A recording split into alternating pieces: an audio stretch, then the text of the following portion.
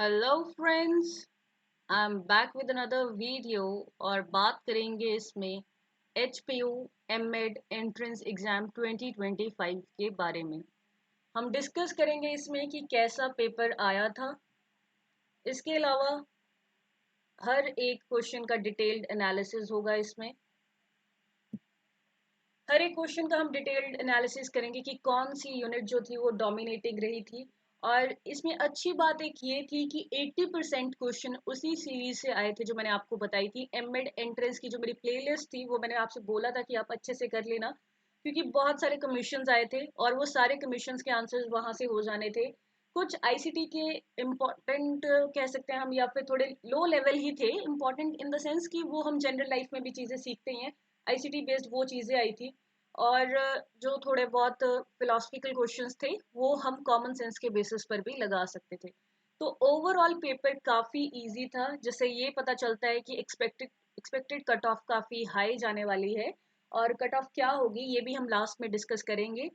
इसके अलावा कुछ और जो आपके क्वेश्चंस रहते हैं जिसके रिलेटेड आपने मुझे मेल्स भी किए हैं कि सीट्स कितनी रहती है मैम, प्रोसीजर क्या है एडमिशन का, इन सभी बातों के जवाब आपको इस वीडियो में मिलेंगे।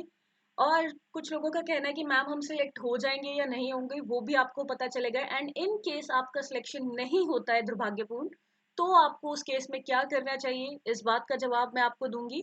और इसके अलावा कि हॉस्टल किसको मिलता है किसको नहीं मिलता है इसका भी जवाब आपको मिलेगा। और जो लोग नेक्स्ट टाइम के लिए तैयारी कर रहे हैं तो उनको ये पता चलेगा कि एक्सपेक्टेड एग्जाम लेवल क्या हो सकता है। तो ये तो बिल्कुल मतलब दिखती हुई बात है कि 2025 का पेपर जो है वो कंपैरेटिवली काफ़ी इजी आया है। इससे पहले जितने भी पेपर आए थे वो थोड़े डिफिकल्ट थे, आपने मेरे चैनल पे देखे भी होंगे, मैंने सारे पेपर्स डाले हुए हैं। वो कंपैरेटिवली काफ़ी डिफिकल्ट थे और ये पेपर इजी आया है। तो एक्सपेक्टेड कट ऑफ भी हाई जाने वाली है और 2026 का जो एग्ज़ाम होगा उसका लेवल थोड़ा हाई होगा, क्योंकि ये चीज़ होती है अगर एक बार इजी आ जाए तो नेक्स्ट टाइम वो थोड़ा डिफिकल्ट डालने की कोशिश करते हैं, क्योंकि ये एमएड के एंट्रेंस के लेवल का तो बिल्कुल नहीं था पेपर। तो चलिए सबसे पहले हम क्वेश्चंस डिस्कस कर लेते हैं, फिर उसके बाद हम इन टॉपिक्स पे बात करेंगे, क्योंकि ज़रूरी है कि हम ये देखें कि हमने क्या किया है और क्या आंसर्स होने चाहिए थे। और आप कमेंट सेक्शन में मुझे अपने मार्क्स लिख के भी बता सकते हैं कि आपके कितने मार्क्स आए हैं, जिससे आपको भी आइडिया लग जाएगा कि बाकियों के कितने मार्क्स हैं और आप सिलेक्ट हो पाएंगे या नहीं। और इसके अलावा हम ये सारे कट ऑफ कितनी पिछली बार गई थी कितनी अब जा सकती है ये सारे भी हम लास्ट में डिस्कस करेंगे। तो चलिए फर्स्ट क्वेश्चन देखते हैं। पहला क्वेश्चन है, in Aristotle's philosophy knowledge is gained through. तो नॉलेज किसके द्वारा गेन्ड होती है? मैंने आपको बताया था पहले भी एरिस्टोटल फिलॉसफी की। एरिस्टोटल क्या कहते हैं कि सेंसरी एक्सपीरियंसेस की बात करते हैं, वो रैशनल इंक्वायरी की बात करते हैं, इंडक्शन की बात करते हैं कि हमें बच्चे के सेंसेस को इस तरीके से कर देना है कि वो सेंसेस के थ्रू परसीव करे और चीज़ों को खुद ही समझ के कर पाए, यानी कि ट्रू अंडरस्टैंडिंग हो बच्चे को चीज़ों की। सो राइट आंसर यहाँ पे हो जाता है option B, which is empirical observation and logical reasoning. Next is, according to Jain realism, which of the following is not true? Jain realism के मुताबिक क्या चीजें ठीक नहीं है? तो जैन रियलिज्म में रियलिटी हैज इनफाइनाइट एट्रीब्यूट्स, उन्होंने बोला था रियलिटी मैनी होती है, बिल्कुल। Reality can be fully understood by a single point of view, तो ये चीज नहीं है, क्योंकि जैनिज्म में अनेकंतावाद का कॉन्सेप्ट दिया गया है। अनेकंतावाद क्या है? नॉन वन साइडेडनेस, यानी कि जो रियलिटी है वो कॉम्प्लेक्स है और एक किसी चीज से हम उससे पर्सपेक्टिव को एक को नहीं ग्रास्प कर सकते, एक को नहीं मान सकते। तो इसमें आपको याद रखना था अनेकंतावाद का, यानी कि नॉन एब्सोल्यूटिज्म का कॉन्सेप्ट। इसमें क्या होता है कि जैसे रियलिटीज ये बोलते हैं, अनेकंतावाद मीन्स रियलिटीज बहुत सारी है। फॉर एग्जाम्पल, अगर जैसे इसमें एक बहुत फेमस एग्जाम्पल चलता है कि एक इंसान है जिसकी आंखों पे पट्टी बांध दी गई है और वो हाथी को जब टच करता है तो वो जब वो टांगों को टच करता है तो उसे लगता है कि ये कोई बहुत बड़ा पिलर है। जब सूंड को टच करता है तो उसे अलग फील होता है। और इस तरीके से हर इंसान के हर चीज को देखने का अलग नजरिया है, अलग दिशा है, जिसके बेसिस पर हम ये बोलते हैं कि रियलिटी क्या है, मेनी है। जो चीज आपको ठीक लग रही है हो सकता है मुझे ठीक ना लगे।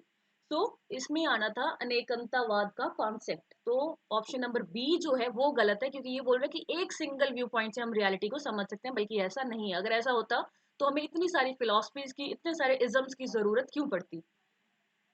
So the next question is, according to Advait Vedanta, what is the nature of reality? अद्वैत वेदांता के अकॉर्डिंग रियलिटी का नेचर क्या है? तो जैसे मैंने आपको पहले भी बताया है, सांख्या फिलॉसफी किस में बिलीव करती है? ड्यूअलिज्म में। वेयर एज वेदांता फिलॉसफी किस में बिलीव करती है? मोनोइज्म में। तो इन्होंने क्या बोला? मोनोइज्म मतलब एक ही रियलिटी है। इन्होंने क्या बोला? ब्रह्मन जो है वही सोल रियलिटी है। नॉन ड्युअलिटी ड्युअलिटी का कंसेप्ट है ये दो चीजों में नहीं मानते। इनका मानना है कि ब्रह्मन ही है जो सब कुछ है। और इन्होंने माया का कॉन्सेप्ट दिया है, सच्चिदानंद का कॉन्सेप्ट दिया है, आत्मा और ब्रह्मा में बताया है कि क्या रिलेशन है, कि कैसे आत्मा ब्रह्मा से मिलना चाहती है, लेकिन माया एक ऐसा वर्ड है जो हमें ब्रह्मा से मिलने नहीं दे रही है। तो इसमें राइट आंसर हो जाएगा only one ultimate reality, which is option A. Next is, John डीवे is most associated with the philosophical approach. तो मैंने आपको बताया था कि कौन किससे रिलेटेड है, ये आपको पता होना चाहिए। जैसे आइडियलिज्म से रिलेटेड है प्लेटो, रैशनलिज्म से रिलेटेड है एरिस्टोटल, एम्पिरिसिज्म सेंसरी नॉलेज, और प्रैग्मेटिज्म क्या है, इससे रिलेटेड है जॉन डीवे। और जॉन डीवे की जो भी इंपॉर्टेंट वर्क है वो भी आपको पता होना चाहिए कि उनकी बुक थी डेमोक्रेसी एंड एजुकेशन, और एक the child and the curriculum जो सबसे ज्यादा फेमस हुई थी। एक्सपीरियंशियल लर्निंग की ये बात करते हैं, प्रोग्रेसिव एजुकेशन की बात करते हैं, डेमोक्रेसी इन एजुकेशन की बात करते हैं, रिफ्लेक्टिव थिंकिंग की बात करते हैं। तो ये सारी बातें आपको पता होनी चाहिए, क्योंकि नेक्स्ट टाइम इस पे आ सकता है क्वेश्चन कि इन्होंने क्या चीज। Next is G, the concept of Nai Talim is most closely associated with. तो ये सबको पता है, नई तालीम जिसको बेसिक एजुकेशन भी बोला जाता है, ये किस में आई थी? होलिस्टिक एजुकेशन है, एक तरीके से चाइल्ड सेंटर्ड एजुकेशन है। किसके द्वारा दी गई थी? ये गांधी जी द्वारा दी गई थी 1937 में। और इसको वारधा स्कीम ऑफ एजुकेशन भी बोला जाता है। इसमें किस चीज पर फोकस था, ये क्वेश्चन भी पूछा जा चुका है। एक तो ये चाइल्ड सेंटर्ड थी, ऊपर से इसमें फोकस था कि बच्चे को प्रैक्टिकल एक्टिविटीज सिखाई जाए, वोकेशनल वर्क सिखाया जाए, कि एकेडमिक सब्जेक्ट्स तो उसे पढ़ाए ही जाए, वेयर उसे vocational work, craft centred education, और उसे मदर टंग की नॉलेज हो। बच्चे को जो शिक्षा दी जाए, छोटे बच्चों को वो मदर टंग में दी जाए, ताकि बच्चे का होलिस्टिक डेवलपमेंट हो सके। यानी कि मदर टंग पे फोकस था as medium of instruction. Learning by doing की बात करी इन्होंने, हैंडीक्राफ्ट की बात करी, होलिस्टिक डेवलपमेंट की बात करी, और सोशली यूजफुल वर्क की जो इंपॉर्टेंस है वो बच्चों को बताई जा सके, उसके बारे में इन्होंने बात करी। Next is, who is associated with the concept of child centred education in India. तो हालांकि गांधी जी भी चाइल्ड सेंटर्ड एजुकेशन से रिलेटेड थे, रविंद्रनाथ टैगोर भी ये चीज बोलते थे, लेकिन यहाँ पर जो सबसे अच्छा आंसर होगा वो होगा गिज्जू भाई वडेका। क्योंकि गिज्जू भाई वडेका ने छोटे बच्चों के लिए बहुत ज्यादा काम किया, क्योंकि सबसे पहले इन्होंने ही बात करी कि चाइल्ड सेंटर्ड एजुकेशन होनी चाहिए। इनका पूरा नाम था गिरजा शंकर भगवान जी वडेका। इनका फेथ था कि जो education is for child and not the child for education, कि बच्चे के लिए एजुकेशन है, बच्चा शिक्षा के लिए नहीं है। इनका ये था कि हमें बच्चे पर फोकस करना चाहिए, ये नहीं कि ये करिकुलम करवाना है, वो करिकुलम करवाना है। इनकी एक बहुत ही फेमस बुक है जिसके ऊपर पिछली बार एमएड के एंट्रेंस में एक क्वेश्चन आ चुका है, आई थिंक 2022 में, कि उस बुक का क्या नाम है। तो उनकी बुक का नाम था द्वीवा स्वप्न, यानी कि उसमें ये इनका एक टीचर होता है कि किस तरीके से ये चाहते हैं कि स्कूल हो। और इन्होंने स्कूल को प्री प्राइमरी स्कूल्स खोले इन्होंने, जिसे इन्होंने बाल मंदिर बोला। इनका कहना था कि जो बच्चे होते हैं वो भगवान की तरह होते हैं, और जो टीचर है उस मंदिर के पुजारी हैं। तो उन्हें बच्चों को इस तरीके से प्यार करना चाहिए, इस तरीके से बच्चे के हिसाब से चीजें चलनी चाहिए, बच्चे को पूरा फ्रीडम होना चाहिए। और इन्होंने क्या बोला था कि किसी भी तरीके की फिजिकल पनिशमेंट नहीं होनी चाहिए बच्चों को, और बच्चों के लिए एक प्यार और सिंपैथी का एनवायरनमेंट होना चाहिए। जिसकी वजह से इन्होंने ऐसे बहुत से काम किए, बाल मंदिर खोले और ये सारी चीजें करी। प्री ये मारिया मोंटेसरी से बहुत ज्यादा प्रभावित थे, उन्हीं से इंस्पायर होके इन्होंने ये प्री प्राइमरी स्कूल्स खोले थे, जिसमें ये बच्चे को भगवान की तरह रखा जाए, ऐसी बात करते थे। इसीलिए राइट आंसर हो जाएगा यहाँ पे option D, Gijubhai Badheka. Next is, Swami Vivekananda idea of man making education emphasises. तो स्वामी विवेकानंद का आइडिया था मैन मेकिंग का, ये बात भी मैं आपको करवा चुकी हूँ प्लेलिस्ट में ही। तो ये किस चीज पर फोकस करते थे? तो यहाँ पर जितने भी आपको ऑप्शन मिले, हमेशा कोशिश करिए कि जो वास्ट ऑप्शन है जिसमें सारी चीजें कवर हो रही हो, आप उसी को सिलेक्ट करिए। जैसे यहाँ पर वो ऑप्शन है option D, which is practical knowledge, character and self discipline. Swami Vivekananda ji बात करते थे कि प्रैक्टिकल नॉलेज हो बच्चे को। इनसे रिलेटेड और क्या इंपॉर्टेंट चीजें आपको याद रखनी है वो मैं आपको बता देती हूँ। इनका पूरा नाम क्या था वो आपको पता होना चाहिए, नरेंद्र दत्त जी। और इनका जन्म कब हुआ था वो चीज आपको पता होनी चाहिए। इनका जन्म हुआ था 12th जनवरी को।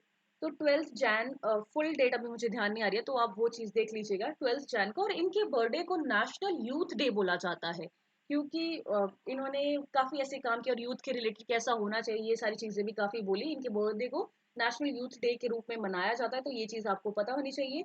और इसके अलावा इन्होंने मैन मेकिंग एजुकेशन की बात करी, जो इस क्वेश्चन में लिखा ही हुआ है। कैरेक्टर बिल्डिंग की बात करी इन्होंने। इन्होंने बात करी ह्यूमन, इन्होंने एक चीज बोली थी जो आपको याद होनी चाहिए। इन्होंने बोला था ह्यूमन माइंड जो है वो लाइक मंकी है, कि जैसे बंदर चीजें देख देख के करता है, वैसे ह्यूमन का माइंड है, तो उसे हमें अच्छे मतलब रास्तों पे ले जाने की जरूरत है। और इनकी बुक्स थी बहुत सारी, राजयोग, कर्म योग, प्रैक्टिकल वेदांता से ये रिलेटेड थे। शिकागो में इन्होंने 1893 में स्पीच दी थी, जिसके बारे में आप सबको पता ही है, वो चीज आपको पता होना चाहिए। इनके गुरु थे परमहंस जी, तो इनके गुरु के नाम पर इन्होंने स्कूल्स चलाए थे, परमहंस मिशन स्कूल, ये वो, तो वो चीजें आपको पता होनी चाहिए। इसके अलावा दो पेपर्स थे इनके बड़े फेमस, एक तो प्रबुध्या और एक उद्बोधना। जो उद्बोधना था वो बंगाली में था, प्रबुध्या इंग्लिश में था। तो ये नेट एग्जाम के क्वेश्चंस हैं कि पेपर किस पे आया था, कि इनके कौन से पेपर्स थे। और आपको एमएड एंट्रेंस के नेक्स्ट टाइम के हिसाब से या फिर किसी भी और एग्जाम के हिसाब से आपको नेशनल यूथ डे पता होना चाहिए इनसे रिलेटेड। इनका पूरा नाम पता होना चाहिए, परमहंस मिशन स्कूल किससे रिलेटेड है ये आपको पता होना चाहिए। प्रैक्टिकल वेदांता की बात कौन करता है, मैन मेकिंग एजुकेशन की बात कौन करता है, ह्यूमन के माइंड को मंकी से किसने कंपेयर किया है, ये चीजें आपको पता होनी चाहिए इनसे related. Next is which of the following are the values given in the preamble of the constitution of India। तो ये भी काफी इजी क्वेश्चन आया था। तो ये हमें पता है कि कॉन्स्टिट्यूशन ऑफ इंडिया में किसकी बात है, जस्टिस की बात है, इक्वलिटी की बात है, लिबर्टी की बात है, फ्रेटर्निटी की बात है। आपको इनका पता होना चाहिए मीनिंग भी, और कौन सी जस्टिस की, जैसे social, economic and political justice की बात करते हैं। लिबर्टी किस चीज की, थॉट की, एक्सप्रेशन की, बिलीफ की, फेथ एंड वर्शिप की। इक्वलिटी किस चीज की बात करते हैं, कि स्टेटस एंड ऑफ अपॉर्चुनिटी, ताकि सबको इक्वल अपॉर्चुनिटी मिल सके। फ्रेटर्निटी क्या होती है, कि डिग्निटी ऑफ इंडिविजुअल जो है उसे हमें एश्योर करना है, यूनिटी एंड ब्रदरहुड की ये बात करते हैं। तो ये प्रियम्बल में जो भी इंपॉर्टेंट वर्ड्स हैं, प्रियम्बल कब आया, क्या इंपॉर्टेंट वर्ड्स है उसमें, ये सारी चीजें हमें पता होनी चाहिए।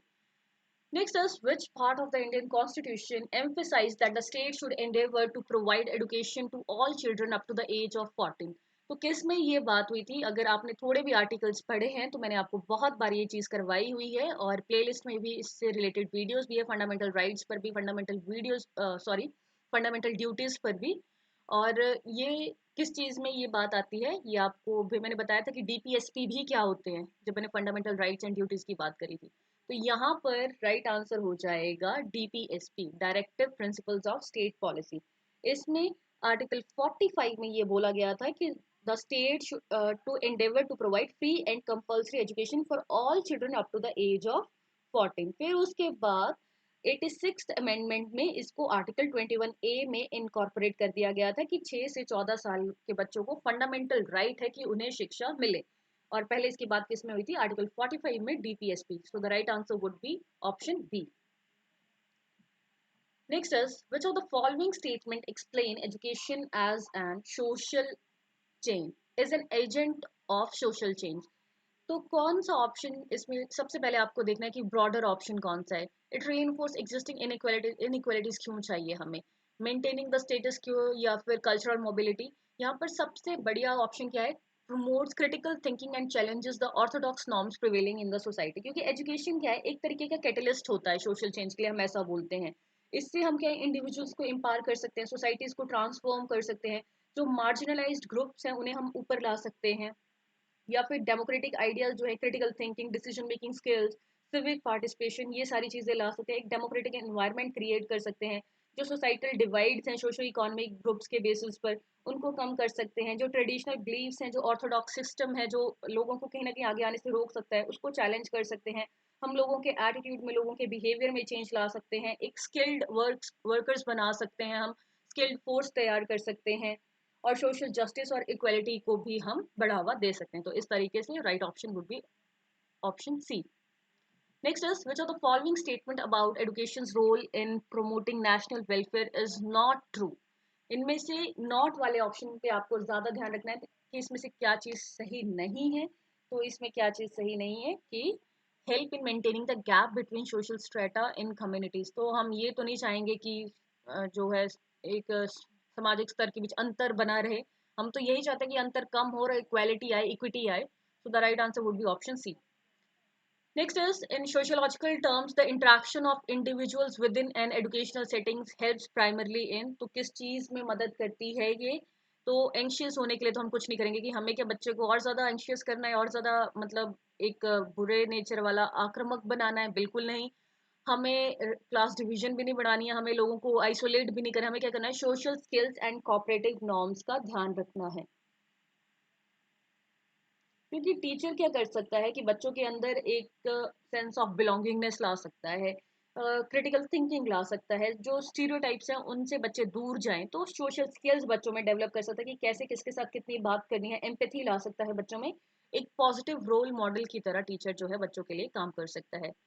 Teacher can promote national integration by, तो टीचर कैसे नेशनल इंटीग्रेशन ला सकता है, जो चीज़ें मैंने आपको उसमें बताई वही सारी यहाँ पर भी आ जाएंगी। कि क्या रीजनल आइडेंटिटी बनानी है? बिल्कुल नहीं। क्या सुपीरियर बनाना है? बिल्कुल नहीं। क्या हमें सिर्फ टेक्स्ट बुक से रिलेटेड इन्फॉर्मेशन देनी है? नहीं। हमें क्या करना है, बच्चों के अंदर डेमोक्रेटिक एटीट्यूड्स लाने हैं कि बच्चे अपनी एक नेशनल आइडेंटिटी हो, अपनी हिस्ट्री को जाने, अपनी वैल्यूज को जाने, अपने कल्चर को जाने।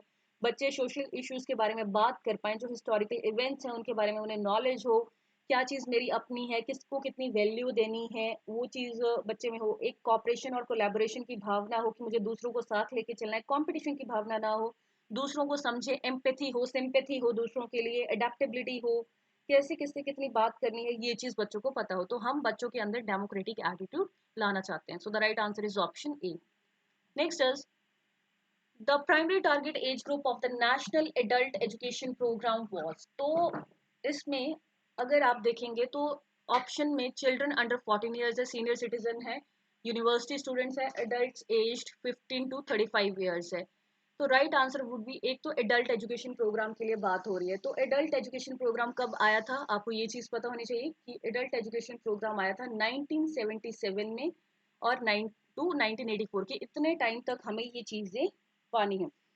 तो ये आया था बेसिकली 15 ईयर्स एंड अबव के अबव लोगों के लिए एडल्ट एजुकेशन प्रोग्राम है। तो बेसिक सी बात है, एडल्ट के लिए मेन फोकस था इसका कि जो SC STs या बाकी बैकवर्ड क्लासेस हैं, हमें उन्हें ऊपर लेके आना है। ऊपर लेके आना इन द सेंस कि जो उनके साथ मतलब अगर वो नहीं पढ़ पाए हैं तो हमें उन्हें लिटरेट करना है। बेसिक फोकस इसका था कि foundational literacy and numeracy skills तो आनी ही चाहिए कि एटलीस्ट अपने लिए वो चीज़ें पढ़ सके। ऐसा नहीं हो कि अपना भी काम उन्हें दूसरों से करवाना चाहे। उनके अंदर क्रिटिकल लाइफ स्किल्स आए कि फाइनेंशियल लिटरेसी आए, डिजिटल लिटरेसी आए और हेल्थ केयर अवेयरनेस आए, ताकि जो बेसिक एजुकेशनल इक्विवेलेंसी है या वोकेशनल स्किल्स है वो हम इन लोगों को सिखा सके। तो इनका टारगेट ग्रुप क्या था, नॉन लिटरेट्स जो थे 15 एंड अबव के, girls and women, schedule caste के लोग, शेड्यूल ट्राइब के लोग, बाकी बैकवर्ड क्लासेस के लोग, जो पर्सन विद डिसेबिलिटीज हैं, मार्जिनलाइज सेक्शन या नोमैडिक सेक्शन, जिन्हें मतलब जिनका लिटरेसी रेट्स बहुत ज़्यादा हाई है, सॉरी बहुत ज़्यादा लो है, या जो जिन्हें शिक्षा नहीं मिल पाई है। तो क्वेश्चन ये भी आ सकता है कि क्या क्या सिखाना चाहते थे इसमें, फाउंडेशनल लिटरेसी एंड न्यूमरेसी की basic reading writing arithmetic skills उन लोगों के पास हो, क्रिटिकल लाइफ स्किल्स की financial digital legal health care and family welfare literacy हो, बेसिक उन्हें चीज़ें पढ़नी आती हो जो फॉर्मल स्कूल में जाने वाला बच्चा पढ़ पाता है, वोकेशनल स्किल्स हो, और जिनकी शिक्षा किसी कारणवश छूट गई है वो अपनी शिक्षा को दोबारा से मतलब शुरू कर सकें। तो एक तरीके से ये एक इंक्लूसिव और एडल्ट फोकस्ड एजुकेशन की तरफ कदम था। और कब आया था ये चीज़ आपको याद होनी चाहिए। Next is, so the right answer in this would be option D. Next is, what is the meaning of equity in education. तो मैंने आपको बताया इक्वलिटी क्या होती है कि सबको इक्वल अपॉर्चुनिटी मिले। इक्विटी क्या होती है कि नीड्स के बेसिस पर इक्वल अपॉर्चुनिटी मिले, यानी कि providing each student with resource and support based on the needs of individual students in the school. So the right answer is option ए, क्योंकि हमें इंडिविजुअल नीड्स पर फोकस करना है, हमें सिस्टमेटिक इनइक्वालिटीज पर फोकस करना है, हमें इंक्लूजन लाना है। इक्विटी किसके लिए जरूरी है, इंक्लूजन लाने के लिए। नेक्स्ट इज, इन द वैदिक एजुकेशन सिस्टम द टर्म उपनयन रेफर्स टू, तो उपनयन किस चीज के लिए होती है, ये चीज आपको पता होनी चाहिए। तो मैंने आपको पहले भी ये सारी चीजें बताई है कि आपको वैदिक एजुकेशन सिस्टम से रिलेटेड हो गया, या जैनिज्म से रिलेटेड हो गया, या बुद्धिज्म से रिलेटेड हो गया, सारे टर्म्स पता होना चाहिए। और ये चीज़ मैंने प्लेलिस्ट में भी करवा रखी है, तो वहाँ से आप पढ़ सकते हैं। तो वैदिक एजुकेशन सिस्टम में उपनयन क्या होता है कि जब फॉर्मल एजुकेशन शुरू होती है। इसके अलावा आपको विद्यारंभ संस्कार भी पता होना चाहिए कि जब घर पे ही बच्चे को अल्फाबेट की नॉलेज मदर्स जो है वो देना शुरू करती है 5 साल की उम्र में। इन सभी चीज़ों की उम्र क्या होती है ये भी आपको पता होना चाहिए। फिर उसके बाद ऋतु शुद्धि क्या होती है, समावर्तन सेरेमनी क्या होती है, पंचा महायज्ञ क्या होता है, तो ये सारी चीजें आपको वैदिक सिस्टम से रिलेटेड जो है वो पता होने चाहिए terms. So in this, right option is option A. Next is, if you want to gather information related to the facilities available in any secondary school in Himachal Pradesh in the academic year 2021 to 2022, managed by the Department of Education, which platform is most suitable for accessing such information? तो कौन सा platform सबसे ज्यादा suitable है? तो ये सारी information आपको यूडाइस प्लस पोर्टल से मिल जाती है. यूडाइस क्या है? Unified district information system for education plus. तो ये क्या है कि एक स्पेसिफिकली डिजाइंड पोर्टल है for collecting and managing educational data. इसमें इंफ्रास्ट्रक्चर फैसिलिटीज से रिलेटेड भी सारी चीजें, जितने भी रिकॉग्नाइज्ड स्कूल हैं उनकी सारी इंफॉर्मेशन आपको इस पे मिल जाती है. यानी कि एक तरीके का कॉम्प्रिहेंसिव सिस्टम है जो कि department of school education and literacy द्वारा मिनिस्ट्री ऑफ एजुकेशन के साथ मिलकर बनाया गया है, ताकि सारे डाटा को एक जगह ही इकट्ठा करके रखा जा सके. एकदम रियल टाइम कलेक्शन होती है इसमें. जितने भी फॉर्मल स्कूल्स हैं उन सभी को ये कवर करता है. So the right answer is option C. Next is, in Himachal Pradesh, which district has the highest and the lowest literacy rate respectively? Census of India के अकॉर्डिंग हिमाचल प्रदेश में, ये तो हमारा जनरल जीके का क्वेश्चन है, तो हमीरपुर में हाईएस्ट है लिटरेसी रेट 89.01%, वेयरएज चंबा में लोएस्ट है which is 73.19%. So the right answer is option C. Next is, from the options given below, choose which is known as the Magna Carta of Indian Education System. तो Indian education system का Magna carta किसे बोला जाता है? ये मैंने commissions वाली video में आपको बहुत अच्छे से बताया था. तो ये बोला जाता है वुड्स डिस्पैच को. वुड्स डिस्पैच क्योंकि इसमें क्या था कि एक मॉडर्न एजुकेशन सिस्टम ले, एक बहुत ही कॉम्प्रिहेंसिव प्लान था ये. इसमें पूरे ग्रांट्स इन एड की कितनी एड दी जाएगी, क्या मीडियम होगा, कि इंग्लिश एज अ मीडियम होगा, हायर स्टडीज. वेयर इन्होंने एक बहुत अच्छी बात बोली थी कि हायर स्टडीज के लिए इंग्लिश मीडियम होगा, लेकिन जो स्कूल लेवल के लिए वर्नाकुलर लैंग्वेज यानी कि जो लोकल लैंग्वेज वगैरह है बच्चों को, उसी में पढ़ाया जाएगा. इन्होंने इंग्लिश एजुकेशन को प्रमोट किया, लेकिन इन्होंने वर्नाकुलर लैंग्वेजेस को भी एक प्रॉपर जगह दी. इसे मैग्ना कार्टा इसलिए बोला जाता है क्योंकि इसने एक फाउंडेशनल स्टेज रखी कि किस तरीके का मॉडर्न एजुकेशन सिस्टम होना चाहिए और क्या गवर्नमेंट की इसमें रिस्पॉन्सिबिलिटीज है. इसके अलावा आपको जो बाकी की कमीशन है उनसे रिलेटेड भी इंपॉर्टेंट चीजें पता होनी चाहिए. जैसे कोठारी कमीशन को क्या बोला जाता है, इंडियन एजुकेशन कमीशन कब आई थी, 64 में आई थी. सेडलर कमीशन कब आई थी, 1917 में आई थी. कैलकटा यूनिवर्सिटी कमीशन भी बोला जाता है. इसे क्यों आई थी वो चीजें आपको पता होनी चाहिए. हंटर कमीशन कब आई थी वो चीज़ आपको पता होनी चाहिए. तो ये सब जैसे 1882 में आई थी हंटर कमीशन, क्या काम किया था इन्होंने, क्यों हंटर कमीशन बोला गया था, तो ये सारी चीज़ें, कौन से वॉइस रॉय थे उस वक्त, तो ये आपको पता होना चाहिए. तो यहाँ पर राइट आंसर हो जाएगा option B which is Wood's despatch. Next is, under the Wardha scheme the main focus was on. तो वारधा पे क्वेश्चन मैंने आपको पहले भी बोला था कि गांधी जी पर तो क्वेश्चन आएगा ही, आप कोई सी भी चीज़ कर लीजिए. तो गांधी जी पर क्वेश्चन आया था कि वारदा स्कीम में किस चीज़ पर फोकस था, तो ऑब्वियस सी बात है वो क्राफ्ट सेंटर्ड एजुकेशन की बात करते थे. तो यहाँ पर राइट आंसर हो जाएगा option C which is work centred education and self reliance. तो मैंने जैसे आपको बताया कि इसको वारदा स्कीम को नई तालीम या बेसिक एजुकेशन सिस्टम भी बोला जाता है, क्योंकि इसमें इन्होंने मैनुअल वर्क पे, हैंडीक्राफ्ट पे फोकस किया, और इन्होंने बोला कि एजुकेशन जो है वो मदर टंग में होनी चाहिए. एक चीज़ जो आपको इसमें याद रखनी है कि ये वारदा स्कीम लाए गांधी जी थे, लेकिन इसके जो चेयरपर्सन थे वो थे डॉक्टर जाकिर हुसैन, जिन्होंने इस चीज़ की रिकमेंडेशंस को इम्प्लीमेंट किया था. तो ये चीज़ आपको बतानी चाहिए. और क्या बोला था इसमें, मदर टंग मैंने आपको बता दिया, प्रोडक्टिव वर्क बता दिया, और एक हमें बच्चे का होलिस्टिक डेवलपमेंट करना है, और इगैलिटेरियन सोसाइटी यानी कि जहाँ सबको इक्वल अपॉर्चुनिटीज मिले वैसी सोसाइटी हमें बनानी है. Next is, according to the Indian Education Commission of 1882, the responsibility for primary education was assigned to. तो रिस्पॉन्सिबिलिटी दी गई थी निजी संस्थानों को, सॉरी प्रांतीय सरकारों को दी गई थी, प्रोविंशियल गवर्नमेंट्स को दी गई थी, यानी कि जो रीजनल गवर्निंग बॉडीज होती है उनको दी गई थी. So the next question is the Sadler commission 1917, जो मैंने आपको बताया, देखिए वो क्वेश्चन नीचे ही आ गया. Was mainly related to the study of. तो सेटलर कमीशन क्यों लाई गई थी, ये था mainly to study and report on the problems of Calcutta university. लेकिन इसकी जो रिकमेंडेशंस थे वो बाकी यूनिवर्सिटीज़ में भी मोर और लेस जो है वो अप्लाई किए गए थे. तो इन्होंने देखा कि क्या क्या इम्प्रूवमेंट की ज़रूरत है, तो ये सारी बातें इन्होंने की थी, और बेसिकली ये कलकत्ता यूनिवर्सिटी के लिए लाई गई थी. और इसी इसी के अलावा जो भी इसमें बाकी कमीशन है या क्या चीज़ें हैं वो आपको पता होनी चाहिए. सो Next is according to the University Education Commission, the medium of instruction at the university level should be. तो यूनिवर्सिटी एजुकेशन कमीशन के उससे medium of instruction at the university level पर इन्होंने क्या बोला कि क्या मीडियम होना चाहिए, इंग्लिश, क्योंकि हायर लेवल पर तो हम हमेशा से इंग्लिश की ही बात कर रहे हैं। With the gradual development of regional language, इन्होंने बोला कि ऐसा नहीं कि बिल्कुल ही रीजनल लैंग्वेज को हटा देंगे, उनका भी धीरे धीरे विकास होगा, लेकिन हायर लेवल पर क्या होगा, इंग्लिश ही यूज होगी। So the right answer is option C. Next is the secondary education commission 1953 recommended, the secondary education commission को क्या बोलते हैं, और वो भी आपको बताना चाहिए, जैसे इसका दूसरा नाम था Mudaliar commission. Recommended the introduction of which subject in the curriculum at the secondary level, तो इन्होंने क्या बोला कि एक तो कि वोकेशनल सब्जेक्ट्स होने चाहिए। So the right answer is option B. इसके अलावा इन्होंने किस चीज़ की बात करी, वो चीज़ आपको पता होनी चाहिए। इसके अलावा इन्होंने बात करी कि कोर सब्जेक्ट्स कौन से होंगे, हम मैथमेटिक्स ज़रूर इंक्लूड करेंगे, साइंस इंक्लूड करेंगे, फिजिकल एजुकेशन। अच्छा, इससे मुझे याद है कि यूनिवर्सिटी एजुकेशन कमीशन में कुछ और इंपॉर्टेंट चीज़ें हैं, वो भी आप याद रखिएगा, जैसे कि वर्किंग डेज कितने होने चाहिए, और किस तरीके की फैसिलिटीज़ होनी चाहिए, कौन कौन से प्रोफेशनल कोर्सेज होने चाहिए। इन्होंने पूरी तरीके से एग्जामिनेशन सिस्टम को जो है एक तरीके से मतलब रिफॉर्म कर दिया। और इन्होंने बोला था कि हर यूनिवर्सिटी में कुछ रिसर्च फेलोशिप्स होने चाहिए, ताकि रिसर्च को इनकरेज कर पाएँ लोग, रिसर्च की तरफ बढ़ें। तो ये सारी चीज़ें इन्होंने बोली थी, तो वो भी आपको पता होनी चाहिए।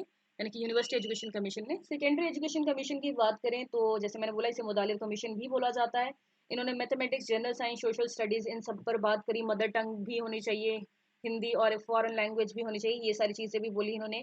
और इसके अलावा इन्होंने क्या बोला कि वोकेशनल एजुकेशन ज़रूर होनी चाहिए, ताकि बच्चे को लिए वोकेशनल स्ट्रीम्स जो हैं वो हम agriculture, technical education, commerce, home science, ऐसी चीज़ें ला सकें, और साइंस और टेक्नोलॉजी को भी हम मिक्स करें। तो ये चीज़ें इन्होंने बोली। So the right answer would be option B. Next is the three language formula was recommended by, तो ये बहुत ही फेमस क्वेश्चन है और मैंने आपको बहुत बार करवाया है कि थ्री लैंग्वेज फार्मूला किसने दिया था, कोठारी कमीशन ने। और कोठारी कमीशन का दूसरा नाम क्या था, इंडियन एजुकेशन कमीशन, ये भी आपको पता होना चाहिए। और इसकी रिपोर्ट का क्या नाम था वो पता होना चाहिए। एजुकेशन एंड नेशनल डेवलपमेंट, कितने मेंबर्स थे इसमें, 17 मेंबर्स थे, कब आई थी, 14 जुलाई 1964 को आई थी। ये सारे मैंने आपको टिप्स पे करवाए थे, तो वो चीज़ आपको पता होनी चाहिए। कितनी कंट्रीज इन्वॉल्व थी, 5 कंट्रीज इन्वॉल्व थी, जिसको मैंने याद रखने की ट्रिक भी बताई थी, फर्जी। इसके अलावा और इन्होंने क्या क्या किया है, 10+2+3 का स्ट्रक्चर दिया है। इन्होंने फ्री एंड कंपल्सरी एजुकेशन की बात करी थी, 6% जीडीपी जाना चाहिए एजुकेशन को, ये बात करी थी। साइंस एंड मैथ्स पर इनका सबसे ज़्यादा फोकस था। और थ्री लैंग्वेज फार्मूला क्या होता है, ये चीज़ें भी आपको पता होनी चाहिए। Next question is which of the following was the government of India flagship program for universalization of elementary education। तो ये भी बहुत ही इजी क्वेश्चन है। तो फ्लैगशिप प्रोग्राम होता है जिसके लिए हमने ये रखा हो कि इतने से इतने टाइम में ये चीज़ हमें अचीव कर लेनी है। तो उसके लिए राइट आंसर है यहाँ पे, हमें पता है यूनिवर्सलाइजेशन ऑफ एलिमेंट्री एजुकेशन के लिए क्या आया था, सर्व शिक्षा अभियान। कब आया था ये चीज़ हमें पता होनी चाहिए। 2001 में लॉन्च हुआ था। किस पर फोकस था, 6 to 14 ईयर्स के बच्चों पर फोकस था। इन्हें ये था कि जो भी बच्चे जो स्कूल से बाहर हैं, आउट ऑफ स्कूल जो चिल्ड्रन हैं, उन्हें कैसे हम स्कूल में लाएं, यानी कि यूनिवर्सलाइजेशन हो सके एलिमेंट्री एजुकेशन की। सो the right answer is option A. Next is diet were set up on the recommendation of, तो डाइट यानी कि district institute of educational for education and training, ये किसके रिकमेंडेशन पर सेटअप किए गए थे, ये चीज़ आपको पता होनी चाहिए। तो ये किए गए थे एनपीई 1986 की पॉलिसी के बेसिस पर, उसमें ये चीज़ें बोली गई थी। क्या काम होते हैं इसके, वो भी आपको पता होना चाहिए कि हर डिस्ट्रिक्ट में है कि कोऑर्डिनेट करना, इम्प्लीमेंट करना गवर्नमेंट की पॉलिसीज़ को डिस्ट्रिक्ट लेवल पर, क्योंकि स्टेट लेवल की जो बॉडीज़ है वो हर काम नहीं कर सकती, तो डिस्ट्रिक्ट लेवल पर ये सारे काम एकेडमिक रिलेटेड जो भी काम है डाइट करती है। तो 1986 की जो पॉलिसी थी उसमें ये चीज़ बोली गई थी कि डाइट खोले जाने चाहिए। Next is the mid day meal scheme was started mainly, तो मिड डे मील स्कीम का मेन फोकस क्या था कि क्या बच्चों को खाना खिलाना, ऑब्वियस सी बात है, खाना खिलाने के लिए तो क्यों ही बुलाएंगे। एग्रीकल्चर टीच करना बिल्कुल नहीं, गरीबी का मुकाबला करना, ये तो कोई सेंस ही नहीं बनती है। तो किसी को लग सकता है खाना खिलाना, बट मेन उसके पीछे मकसद क्या था कि बच्चों को लालच देना, ताकि इनरोलमेंट जो है वो बढ़ सके। क्योंकि कुछ लोग क्या कहते थे कि खाने को तो मिलता नहीं, खाने के लिए तो कमाना पड़ेगा ना, तो बच्चों को स्कूल से निकाल लेते हैं हम। तो उन्हें ये बोला गया कि आपके बच्चों को खाना स्कूल में ही दे दिया जाएगा, कम से कम इन्हें तो पढ़ने दो और अपने खाने का इंतजाम आप खुद कर लो। तो इसीलिए मिड डे मील स्कीम क्या थी, to increase student enrolment and retention, which is option B. इसके अलावा आपको इसमें क्या पता होना चाहिए कि इसको और क्या बोला जाता है, पीएम पोषण स्कीम भी बोला जाता है इसे। और लॉन्च कब हुई थी ये, 15 अगस्त 1995 में, as a national programme of nutritional support to primary education. क्योंकि बच्चों में क्या बहुत सी ऐसी कमियां देखी गई कि उनमें प्रोटीन्स की कमी है या वाइटामिन की कमी है, तो उसके लिए ये इनिशिएटिव लाया गया। तो ये सेंट्रली स्पॉन्सर्ड स्कीम थी जिसका एम था कि एनरोलमेंट बढ़ाई जाए, रिटेंशन बढ़ाई जाए और बच्चों की जो अटेंडेंस है वो स्कूल में इम्प्रूव हो, और वेयर इज जो बच्चों का न्यूट्रिशनल लेवल है वो भी इम्प्रूव हो। और आपको ये भी एक बार ये नेट में भी क्वेश्चन आ चुका है कि सबसे पहले मिड डे मील स्कीम कहाँ इंट्रोड्यूस हुई थी, तो वो तमिलनाडु में इंट्रोड्यूस हुई थी, उसके बाद गुजरात में एंड देन केरला में। तो ये चीज़ें भी आपको एडिशनल इन्फॉर्मेशन पता होनी चाहिए। Next is the learning without burden report was prepared by which committee. तो मैंने आपको पहले भी बोला है, कमेटीज कमीशन की रिपोर्ट्स, उनके नाम, कौन से मेंबर उसमें इन्वॉल्व थे, क्या उनकी मेजर रिकमेंडेशंस थी, वो सारी चीज़ें आपको पता होनी चाहिए। तो लर्निंग विदाउट बर्डन जो है वो किसके द्वारा दी गई है, यशपाल जी द्वारा। तो यशपाल कमेटी की ये रिपोर्ट थी। इसमें इन्होंने क्या बोला कि क्वालिटी एजुकेशन होनी चाहिए। वेर इज ऐसा नहीं है कि आप बच्चों को बोझ के तले दबाए जा रहे हैं कि इतना लोड हो गया, बच्चों के स्कूल का जो बैग है वो उनके वेट से ज्यादा है। तो इन्होंने बोला कि जो लर्निंग मेथड है वो रोड मेथड से शिफ्ट करके लाइफ आउटसाइड द स्कूल, की बच्चों को उसके बाहर, स्कूल के बाहर क्या है कि वो रियल मेथड से सीखें। लर्निंग विदाउट बर्डन, की बच्चा पढ़ाई को बोझ ना समझे। सो the right answer is option A. Next is under the Policy on Education (NPE), National Policy on Education, 1986, special emphasis was given to which of the following groups for promoting equity and access। तो मैंने आपको पहले भी बताया, जो option vast होगा आप वो लेंगे। इन्होंने शेड्यूल कास्ट की भी बात करी है, शेड्यूल ट्राइब्स की भी बात करी है, माइनॉरिटीज की भी बात करी है। तो जैसे रूरल स्टूडेंट या रूरल अर्बन स्टूडेंट्स आ गए या SC STs, वो सारे ही ऑप्शन बी में फिट हो रहे हैं। So the right answer is option B. और क्या क्या चीज़ें इस NP 1986 में बोली गई हैं वो भी आपको ध्यान में रखनी है। Next is what is the key difference between growth and development in an individual. तो ये तो बीएड में बहुत बार किया हुआ है हमने। ग्रोथ क्या होती है, क्वांटिटेटिव होती है, वेयर एज डेवलपमेंट क्या होती है, क्वालिटेटिव होती है। ग्रोथ क्या है, स्पेसिफिक एरियाज में लिमिटेड है, वेयर एज डेवलपमेंट वूम टू टूम होती है। ये हम चीज़ पढ़ते हैं वूम टू टूम, कि माता के गर्भ से हम सीखना शुरू करते हैं और जब तक हम कबर तक नहीं पहुंचते तब तक हमारी डेवलपमेंट होती रहती है। और ग्रोथ क्या है, साइज में इंक्रीज होना, हाइट में इंक्रीज होना, वेयर इज डेवलपमेंट क्या है, improvement in functioning of the body process. So the right answer is option A. Next is which of the following is the major characteristics of adolescence. तो मैंने आपको बताया है कि एडोलसेंस का मेजर कैरेक्टरिस्टिक क्या होता है, कि rapid physical growth and hormonal changes होते हैं। और ये बहुत ही कॉमन सा क्वेश्चन था। So the right answer is option B. Next is which of the following is not included in Maslow hierarchy of need. तो ये बीएड में आपने टॉपिक पढ़ा हुआ है कि मैस्लो की हायरार्की में क्या क्या चीजें हैं। तो मैस्लो की हायरार्की में सबसे पहले आती हैं फिजियोलॉजिकल नीड्स, जिसमें वो बात करते हैं जो सर्वाइवल के लिए चीजें जरूरी है, जैसे food, water, shelter, sleep, home, ये सारी चीजें। फिर आती हैं जी सेफ्टी नीड। सेफ्टी नीड में हम अपनी सिक्योरिटी चाहते हैं। अब खाना तो मिल गया लेकिन सिक्योरिटी भी तो होनी चाहिए ना, हम चाहते हैं कि हमारी पर्सनल सिक्योरिटी हो, फाइनेंशियल सिक्योरिटी हो। खाना मिल गया, पैसा आ गया, उसके बाद क्या चाहिए, प्यार भी चाहिए। अब इंसान है, अकेला तो रह नहीं सकता है, तो उन्हें चाहिए कि कोई उन्हें प्यार भी करे, कोई उन्हें एक्सेप्ट भी करे, उनकी फैमिली हो, फ्रेंडशिप्स हो, उनके साथ इंटीमेसी हो, उनकी एक सेंस ऑफ कनेक्शन हो। तो वो हो जाती है लव एंड बिलोंगिंगनेस। फिर उसके बाद एस्टीम नीड आती है कि कॉन्फिडेंस आए, अचीवमेंट आए, रिस्पेक्ट मिले, औरों से रिकग्निशन मिले। और फिर लास्ट में आती है सेल्फ एक्चुअलाइजेशन नीड्स, यानी कि जब बंदा अपनी फुल पोटेंशियल पहचान लेता है, पूरी तरीके से उसकी पर्सनल ग्रोथ हो जाती है। तो यहाँ पर किस चीज़ की बात उन्होंने नहीं करी है, जिसमें आपको बताया कि फिजियोलॉजिकल नीड की बात करिए, सेफ्टी नीड की बात करिए, लव एंड बिलोंगिंगनेस की बात करिए, स्टीम नीड की बात करिए। तो किस चीज़ की बात नहीं करते हैं, टेक्नोलॉजी की कोई बात नहीं करते हैं। So the right answer would be option C, क्योंकि इन्होंने पूछा कि कौन इंक्लूडेड नहीं है। Next is in Pavlov's classical condition, in Pavlov's experiment with dogs, the sound of the bell after conditioning became a following stimulus type code। तो before conditioning क्या होता है, अनकंडीशन स्टिमुलस होता है फूड, और अनकंडीशन रिस्पॉन्स होता है सेलिब्रेशन। और फिर कंडीशनिंग के वक्त क्या करते हैं, हम जो न्यूट्रल स्टिमुलस होता है बेल, जिसकी वजह से नो कंडीशन रिस्पॉन्स होता है कि सेलिब्रेशन नहीं होती है। लेकिन जब हम कंडीशनिंग कर देते हैं, यानी कि जब भी खाना दे रहे हैं तभी बेल बजा रहे हैं, तो फिर क्या बन जाता है कि वो एक कंडीशन स्टिमुलस बन जाता है उसके बाद, कि जब आप बेल भी बजाओगे तब भी उसको सेलाइवा आएगा, सेलिब्रेशन होगी। तो यहाँ पर बेल क्या बन जाता है after conditioning, condition stimulus. So the right answer is option D. और ये क्वेश्चन पहले भी आ चुका है एग्जाम में। इसमें से 3-4 क्वेश्चन ऐसे हैं जो पहले के एंट्रेंस एग्जाम में आ चुके हैं, इनफैक्ट उससे ज़्यादा ही होंगे। Next is which teaching methods help combat cognitive overload and improve memory and retention. तो क्या होगा कि किस तरीके से हम जो है जो संज्ञानात्मक अधिभार है उसे कम कर सकते हैं। तो उसके लिए सबसे ज़्यादा ज़रूरी क्या है कि हम टॉपिक्स को हैं छोटे उसमें बांटें, जैसे कि हम उसको स्मॉलर चंक्स में बांट दें, रेगुलर ब्रेक्स दें, बच्चों को स्टेप बाय स्टेप पढ़ाएं और स्टूडेंट जितना सीख सकता है उसके बेसिस पर पढ़ाएं।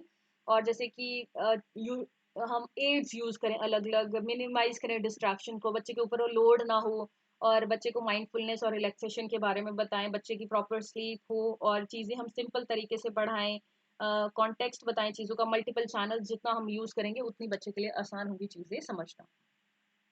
Next is the question number 36.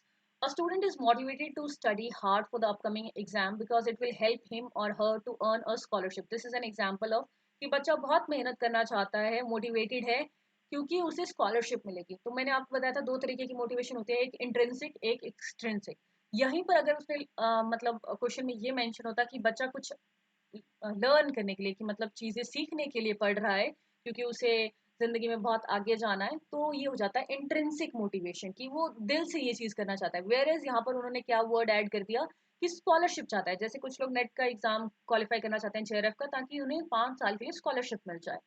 तो वो क्या है, एक्सट्रिंसिकली मोटिवेटेड है कि पैसे के लिए ये चीज़ करना चाहते हैं। So the right answer is option A. Whereas अगर वो दिल से चाहता होता, यानी कि पढ़ाई के लिए या सिर्फ कुछ सीखने के लिए पढ़ रहे होते, तो वो इंट्रिंसिक मोटिवेशन हो जानी थी। Next is the process of adapting existing mental schemas to the new experiences is called। तो ये प्याजे की दी हुई टर्म्स है जो मैंने आपको पहले भी सिखाई हुई है कि एसिमिलेशन क्या होता है, कि जब कोई नई चीज ऐड होती है। तो यहाँ पर क्या हो रहा है, नई चीज ऐड हो रही है। So the right adapting existing mental schemas to new experiences is called, यानी कि नई चीज ऐड हो रही है पुराने के उसमें। जब कुछ नया सीखते हैं दैट इज एसिमिलेशन। पुराने में कुछ मॉडिफाई होता है उसको हम बोलते हैं एकोमोडेशन। और इक्विलिब्रेशन यानी कि जो ऐसी स्टेट जब बैलेंस आ जाता है एसिमिलेशन एंड एकोमोडेशन के बीच में। कोई भी चीज़ हम सीखते हैं तो सबसे पहले हम एसिमिलेट करते हैं, ठीक है जी, फिर उसके बाद उसमें इक्विलिब्रियम आ जाता है, लेकिन हम कुछ नया चीज़ देखते हैं तो वो डिसइक्विलिब्रियम की स्टेट आ जाती है, फिर उसके बाद हम एकोमोडेशन करते हैं, उस चीज़ में चेंज करते हैं। तो यहाँ पे बोल रहा है कि the process of adapting existing mental schema to new experience, यानी कि उसमें चेंज कर रहे हैं, मॉडिफाई कर रहे हैं, तो that is accommodation. So the right answer is option B. Next is intelligence is best describe as. तो इंटेलिजेंस क्या है, तो ब्रॉडर ऑप्शन की तरफ जाएंगे, which is a dynamic and adaptive set of abilities that allow individuals to interact effectively with the environment. Next is according to Guilford structure of intellect model, which is of the following is not a component of the intellect। तो SOI model जिसे बोलते हैं structure of intellect, जिसमें बोला गया कि human intelligence क्या है, 180 डिस्टिंक्ट एबिलिटीज हैं। इसमें 3 डायमेंशन की बात करी गई है, कौन कौन सी, ऑपरेशन, कंटेंट एंड प्रोडक्ट। तो इनमें से क्या नहीं होगा, विच इज 39 का क्या हो जाएगा right answer, option C. Memory की बात नहीं करी है इन्होंने, ऑपरेशन की बात करी है कि कितने ऑपरेशन होंगे। 5 into 6 का ये सीक्वेंस चलता है, जिसकी वजह से टोटल 180 डिस्टिंक्ट एबिलिटीज बन जाती है। तो ये चीज़ आपको पता होनी चाहिए कि ऑपरेशन में क्या क्या चीज़ें आती हैं, कंटेंट में क्या क्या चीज़ें आती हैं, और प्रोडक्ट में क्या क्या चीज़ें आती हैं। Next is which are the following types of intelligence test primarily assesses non verbal abilities. तो टेस्ट के बारे में आपको, इंटेलिजेंस टेस्ट जितने भी उनके बारे में पता होना चाहिए कि वेशलर एडल्ट इंटेलिजेंस स्केल किसके लिए है, या फिर स्टैनफोर्ड बिने इंटेलिजेंस स्केल किसके लिए है। यहाँ पर राइट आंसर होगा रेवंस स्टैंडर्ड प्रोग्रेसिव मैट्रिसेस। इसमें क्या होता है, ये एक तरीके का नॉन वर्बल टेस्ट है जिसमें हम एब्स्ट्रैक्ट रीजनिंग असेसमेंट का जो विजुअल पैटर्न्स हैं वो बच्चे को दिखाते हैं, और उसे मिसिंग पीस के बारे में बताना होता है कि इन ऑप्शंस में से मिसिंग पीस कौन सा, जिससे वो चीज़ जो है वो पूरी हो जाएगी। तो ये क्या है, एक तरीके का non verbal ability intelligence test है।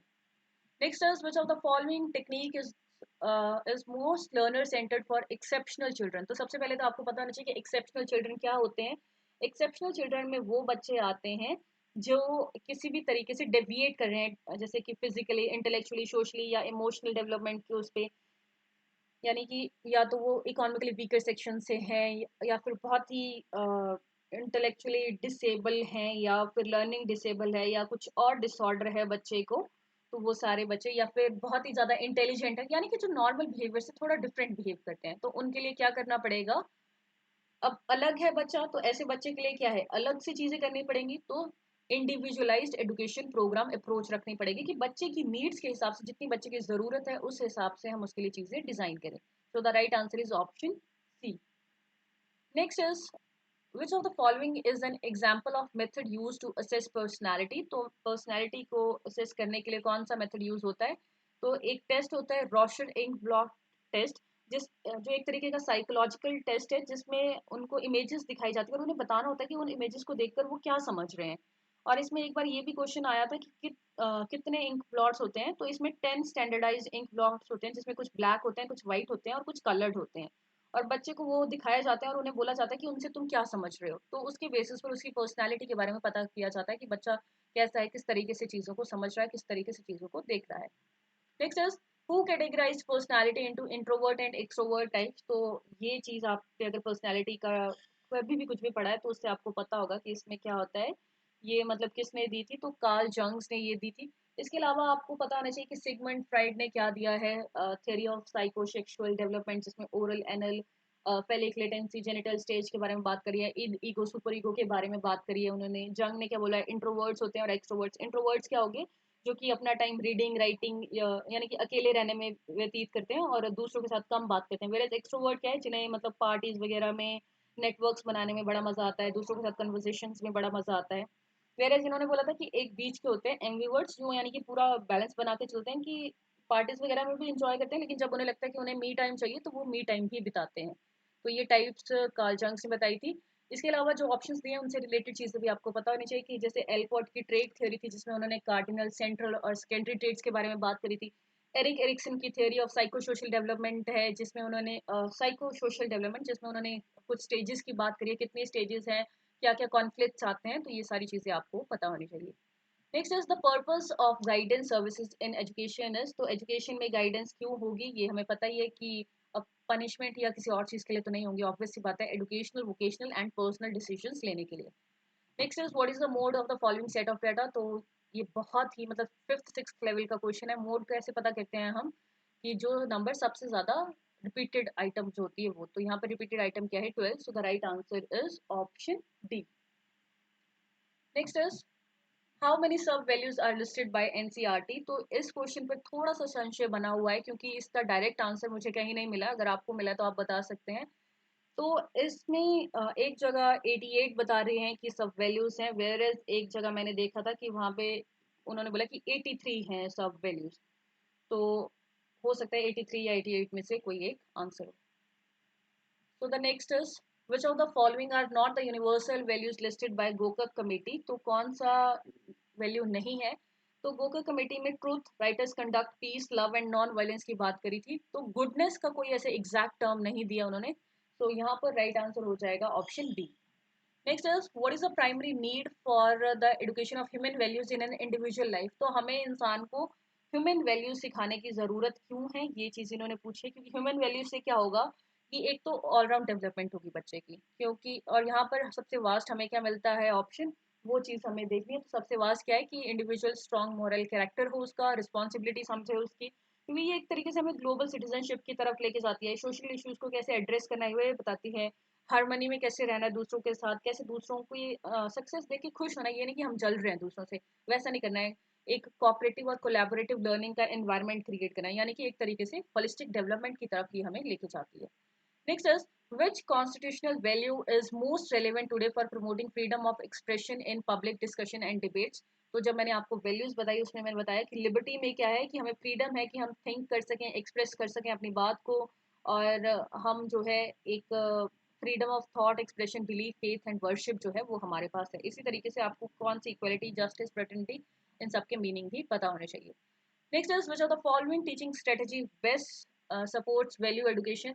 तो सबसे ज़्यादा सपोर्ट वैल्यू एडुकेशन को कौन करेगा, डिस्कशंस वगैरह से क्या होगा, या फिर पैसिव लिसनिंग ही करवानी है हमें, या फिर रोट लर्निंग यानी कि रट्टा ही बजवाना है बच्चों को, या फिर रियल लाइफ कंसर्न को इग्नोर ही कर देना है कि कोई ना जो होगा देखा जाएगा टाइप। तो हमें क्या करवाना है, डिबेट एंड डिस्कशंस करवाने हैं, जिससे हमें पता चलेगा कि बच्चे क्या सोच रहे हैं और उससे हम क्या है बच्चों को एक सही दिशा निर्देश दे सकते हैं। Next is, so the right answer over here is option A. Next is, which of the following statement describe the objective of environmental education in a best possible way? तो इसमें तो ये बड़ी सी टर्म देख के ही आप समझ सकते हैं कि एक बहुत ही अच्छा इन्होंने एक तरीके से डेफिनेशन दी हुई है, तो वही राइट आंसर हो जाएगा।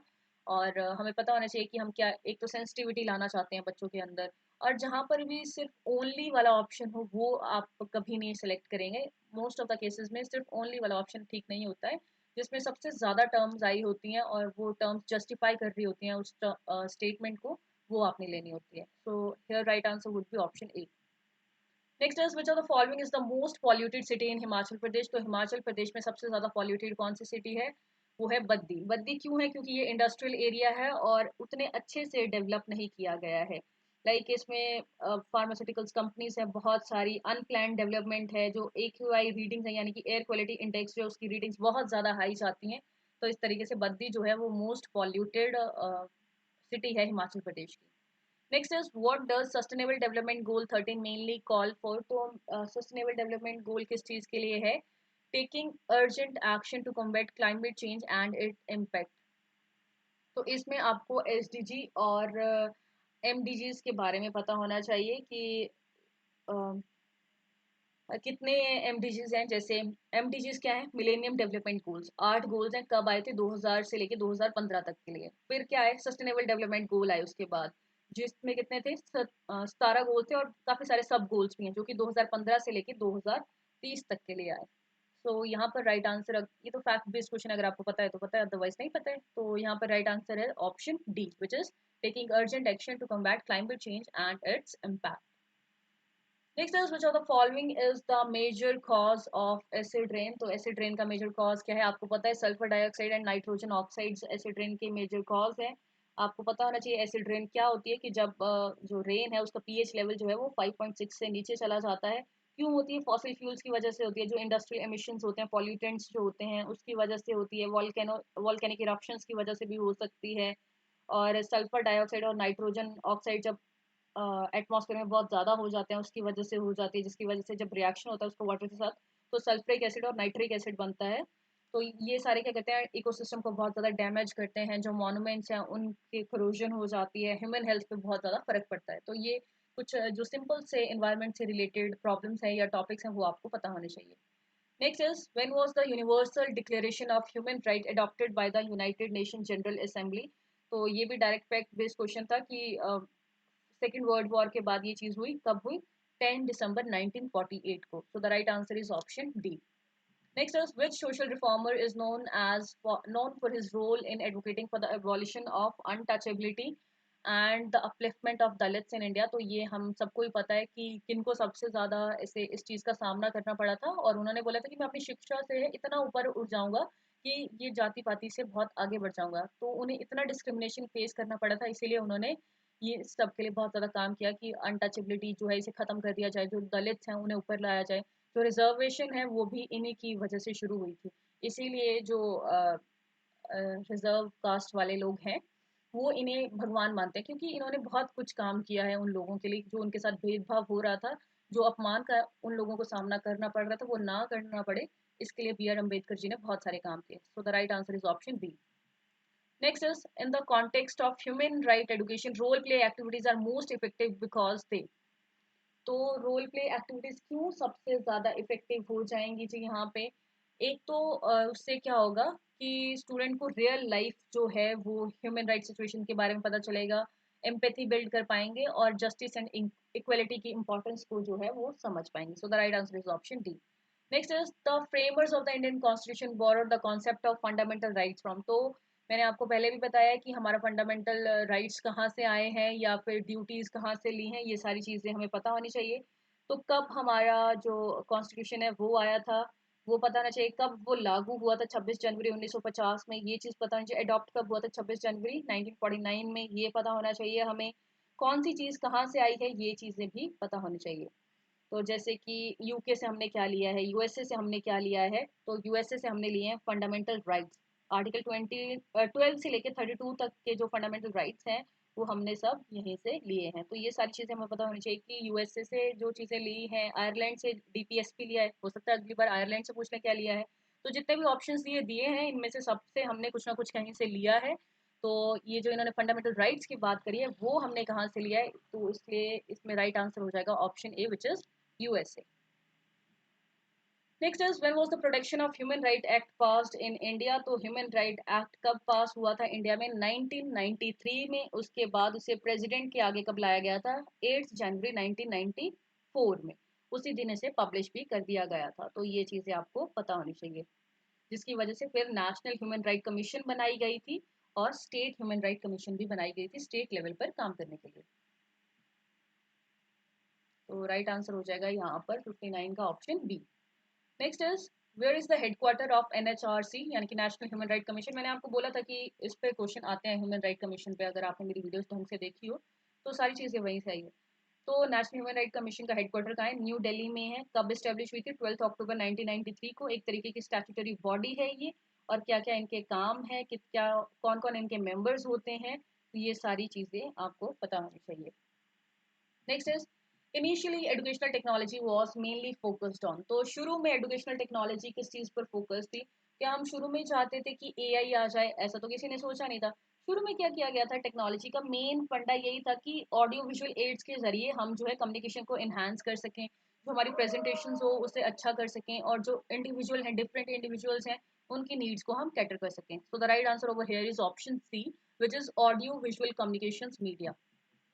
Next is identify the hardware technology used in educational context from the following. तो अब इसमें कीवर्ड था हार्डवेयर टेक्नोलॉजी और इस बच्चे ने वही चीज़ नहीं देखी। हालांकि काफ़ी क्वेश्चन इन्होंने काफ़ी सही भी किए हैं, लेकिन कीवर्ड था यहाँ पे हार्डवेयर टेक्नोलॉजी। तो हार्डवेयर क्या होता है? जो चीज़ ऐसे लाइक हम टच कर सकते हैं या कुछ। तो क्या मूव को आप टच कर सकते हैं? तो वो तो होना ही नहीं था। एजुकेशनल एप्लीकेशन वो एक तरीके का सॉफ्टवेयर है, और टेक्स्ट वो क्या है, एक तरीके की वो भी मतलब एक प्रिंटेड मटेरियल है। लेकिन यहाँ पे टेक्नोलॉजी की बात हुई है, तो राइट आंसर यहाँ पे क्या हो जाना था? Interactive white board which is option A. Next is which are the following are the key components of programmed instruction. तो प्रोग्राम्ड इंस्ट्रक्शन किसने दिया है, ये चीज़ आपको पता होनी चाहिए। तो ये उसके अलावा क्या है इसमें? स्टेप बाय स्टेप लर्निंग की इमीडिएट फीडबैक है, और सेल्फ बेस्ड प्रोग्रेशन है। ये सारी चीज़ें आपको पता नहीं चाहिए। तो किसने दिया था? ये बीएफ स्किनर ने दिया था। और जो ब्रांचिंग अप्रोच था वो किसने दिया था? क्राउडर ने दिया था। हो सकता है अगली बार ब्रांचिंग अप्रोच के बारे में पूछ लें, तो वो चीज़ें भी आपको पता होनी चाहिए।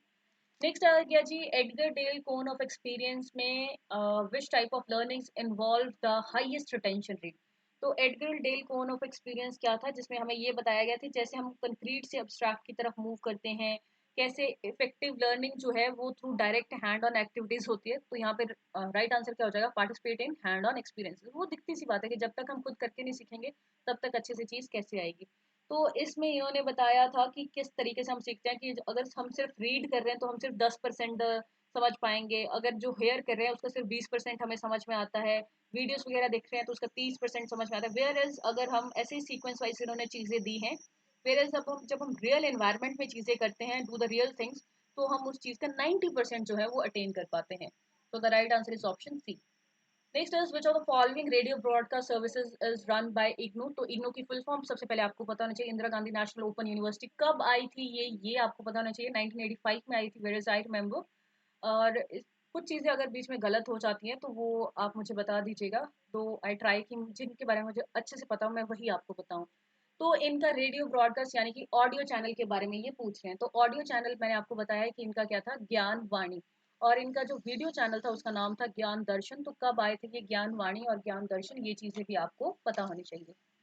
Next is educational technology primarily focuses on. तो एजुकेशनल टेक्नोलॉजी किस पे फोकस करती है? क्या वो सिर्फ ऑनलाइन टीचिंग पे फोकस करेगी? तो ये चीज़ मैंने आपको पहले भी बताई है, जहाँ पर ओनली वर्ड आ जाए वो ऑप्शन आपको नहीं लेना है। और तो यहाँ पर अगर हम ब्रॉडर ऑप्शन देखें तो वो है option D which is systematic design implementation and evaluation of the learning process, यानी कि हम चीज़ों को अच्छे से इवेल्युएट कर सकें टेक्नोलॉजी की मदद से। Next is what is the term for study of. अच्छा, जो मैंने इग्नू का बताया था उसमें आपको ई ज्ञान कोश क्या है ये सारी चीज़ें भी पता होनी चाहिए। Next is what is the term for the study of science and symbols in communication. तो लिंग्विस्टिक्स क्या होते हैं, रेटोरिक क्या होते हैं, डिस्कोर्स एनालिसिस क्या होते हैं, सिमोटिक्स क्या होते हैं। जब तक आपको इनका मीनिंग नहीं पता है आप राइट आंसर नहीं लगा पाएंगे। तो सिमोटिक्स क्या होते हैं कि कैसे हम मीनिंग क्रिएट करते हैं थ्रू साइंस एंड सिंबल्स। जैसे कि किसी साइन का मतलब इस देश में कुछ और हो सकता है, किसी दूसरे देश में कुछ और हो, तो वो क्या है, सिमोटिक्स की नॉलेज है। Next is rhetoric. क्या होता है कि जब हम हमारा वे ऑफ स्पीकिंग और राइटिंग, जब हम दूसरों को इन्फ्लुएंस करना चाहते हैं, जैसे कि जो भी एडवर्टीजमेंट वगैरह आती है उसमें हमें फोकस करवाया जाता है कि हमें क्या चीज़ हम सुने, तो वो क्या है, एक तरीके की रेटोरिक अप्रोच ऑफ कम्युनिकेशन है। Next is discourse analysis. Discourse analysis की हम चीज़ों को किस तरीके से समझ रहे हैं, how language is used in real life situation, कैसे रिटन और स्पोकन वर्ड्स का सोशल कॉन्टेक्स्ट क्या है, वो चीज़ हम समझें, यानी कि एनालाइज करें चीज़ों को। So here the right answer would be option A. Next is, in which stage of teaching does the teacher evaluate student learning outcomes, assesses the effectiveness of the teaching process and reflect for future improvements? तो ये चीज़ मैंने आपको शायद पहले भी करवाई हुई है एक बार। तो स्टेजेस होते हैं pre active, interactive and post active stages. और ये स्टेजेस किसने दिए थे ये भी आपको पता होना चाहिए। ये स्टेजेस दिए थे जैक्सन ने। और इस स्टेज यहाँ पर क्या बात करी है, पहले आप वो देखिए कि लर्निंग आउटकम्स। अब आउटकम्स क्या होंगी, जब वो सारी चीजें हो जाएंगी तो वो पोस्ट एक्टिव स्टेज में आ जाएगा। प्री एक्टिव में वो सारी चीजें आती हैं जो टीचर पहले से तैयार करता है कि पढ़ाने से पहले उन्हें क्या क्या करना है, कि अपना लेसन प्लान प्रिपेयर किया, बच्चों की नॉलेज चेक कर ली, किस तरीके क्या ऑब्जेक्टिव्स हैं वो चीजें सेट करी। इंटरेक्टिव में जब बच्चा टीचर, जो टीचर है वो बच्चों के साथ इंटरेक्ट कर रहा है, वो जो नॉलेज है उन्हें दे रहे हैं। और पोस्ट एक्टिव में जब वो इवेलुएट करेंगे कि जो वो चीज़ सिखाना चाहते थे क्या वो बच्चों को सिखा पाए हैं। So the right answer over here is option C.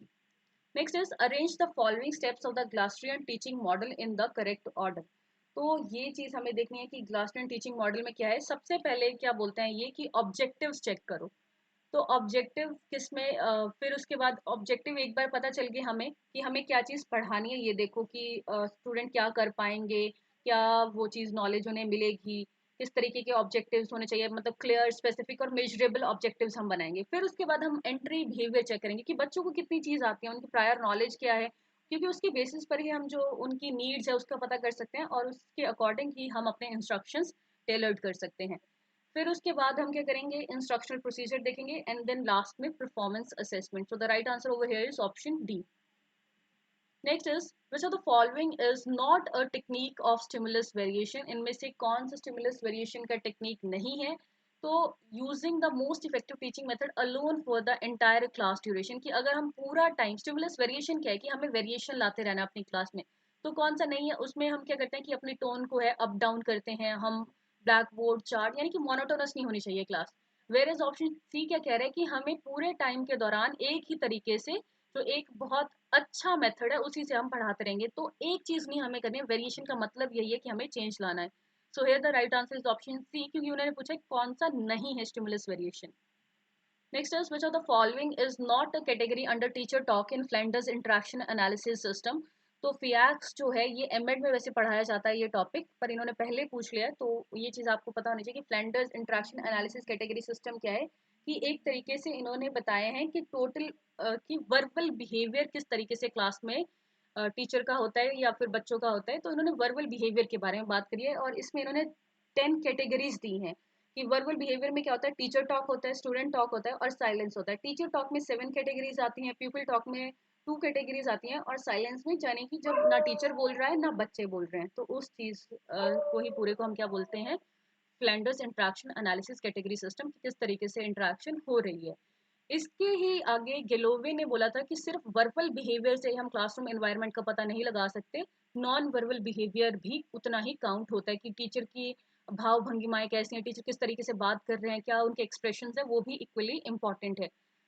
तो ये उन्होंने इसमें ऐड किया था। तो फ्लेंडर्स ने वर्बल चीज़ों के बारे में बात करी, वेरेस गिलोवे ने verbal plus non verbal elements को भी काउंट किया। तो हो सकता है अगली बार ये चीज़ आपसे पूछ लें।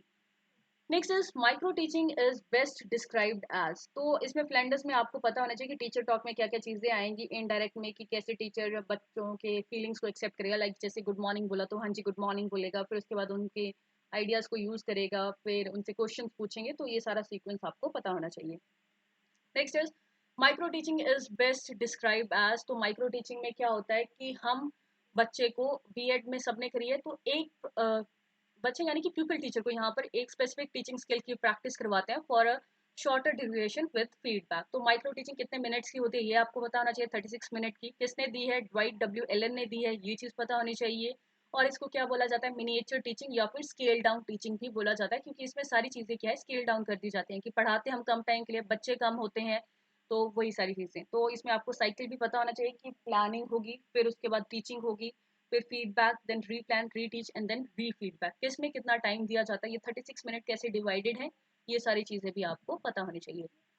Next is 73 question, which is who is credited with originating the concept of linear extrinsic programming in programmed instruction?